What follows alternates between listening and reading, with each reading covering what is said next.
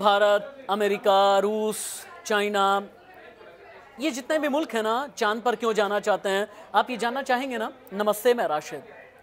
चांद पर पहला तो ये कि पानी की खोज।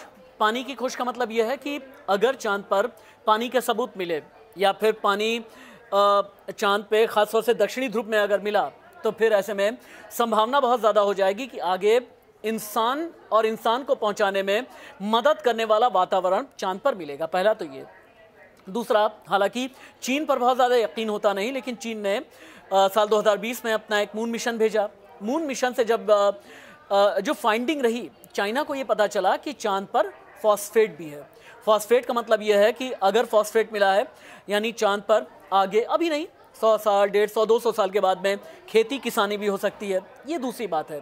तीसरा, चांद पर जो उबड़ खाबड़ गड्ढे हैं ना, इन उबड़ खाबड़ गड्ढों में यूरेनियम, प्लैटिनम, टाइटेनियम, गोल्ड, ये सारी धातु मिलने के भी काफ़ी हद तक चांसेस हैं।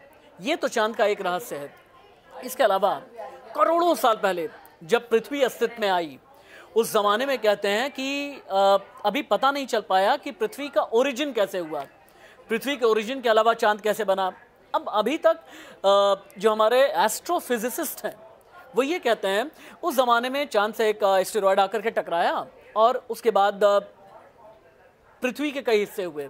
इनमें से एक हिस्सा जो है वो चांद है, चंद्रमा।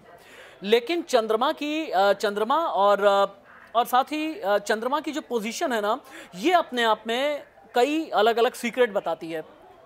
अब चांद कैसे बना ये तो पता चलेगा ही, लेकिन पृथ्वी और मंगल के बीच में चंद्रमा है। अब इंसान ये सोचे बैठा है कि जब अंतरिक्ष की लड़ाई शुरू होगी, लड़ाई यानी मैं हथियार की लड़ाई की बात नहीं कर रहा हूँ, मैं एक उस वॉरफेयर की बात कर रहा हूँ जहाँ पर अंतरिक्ष में अपना वर्चस्व स्थापित करने की कोशिश की जाएगी। तो ऐसे में मंगल तक पहुँचने से पहले चांद को एक स्टेशन के तौर पर इस्तेमाल किया जाएगा और चांद पर एक स्थायी स्टेशन बनाने की भी तैयारी है। लेकिन हाँ, ये तब होगा जब लैंडर और रोवर सही वक्त पर अपनी पोजीशन लेंगे। जब चांद पर लैंडिंग के बाद हमें ये पता चलेगा, जब धरती पर सिग्नल्स आएंगे और ये पता चलेगा कि चांद से सिग्नल में हमें क्या मिल रहा है।